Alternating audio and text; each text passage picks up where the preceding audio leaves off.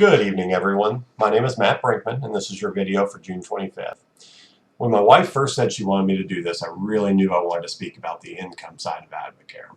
It has really provided such a huge opportunity for us by increasing our income. We've been able to pay off all of our non-appreciating debt and plan to fully retire by 45. At the same time, I saw a huge teaching opportunity that is rarely mentioned. So a little about me. When my wife first started with Advocare, I was more concerned with the cost as much as I was anything. At the time, I really wasn't worried about losing weight, especially if it meant paying for it.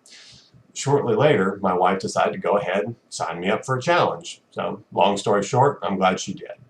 The products do exactly what they say they do, and I've gone on to lose about 30 pounds. What I'm here to talk to you today isn't about the products.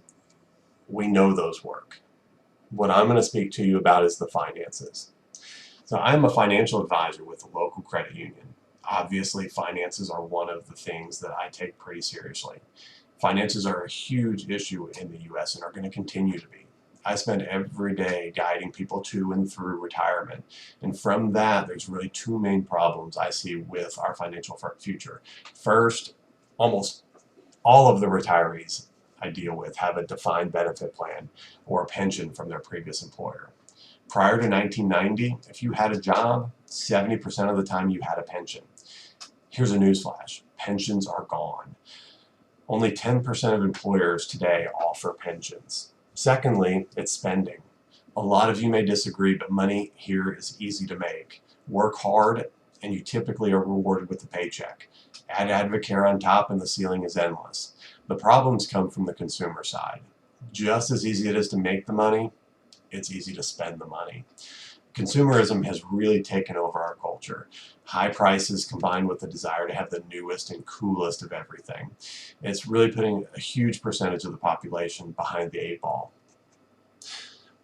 So we spend too much, and we won't have mandatory pension plans set up for us. What does that mean? It's now up to ourselves to plan our retirement. Retirement's no longer a right received by working X number of years at a company.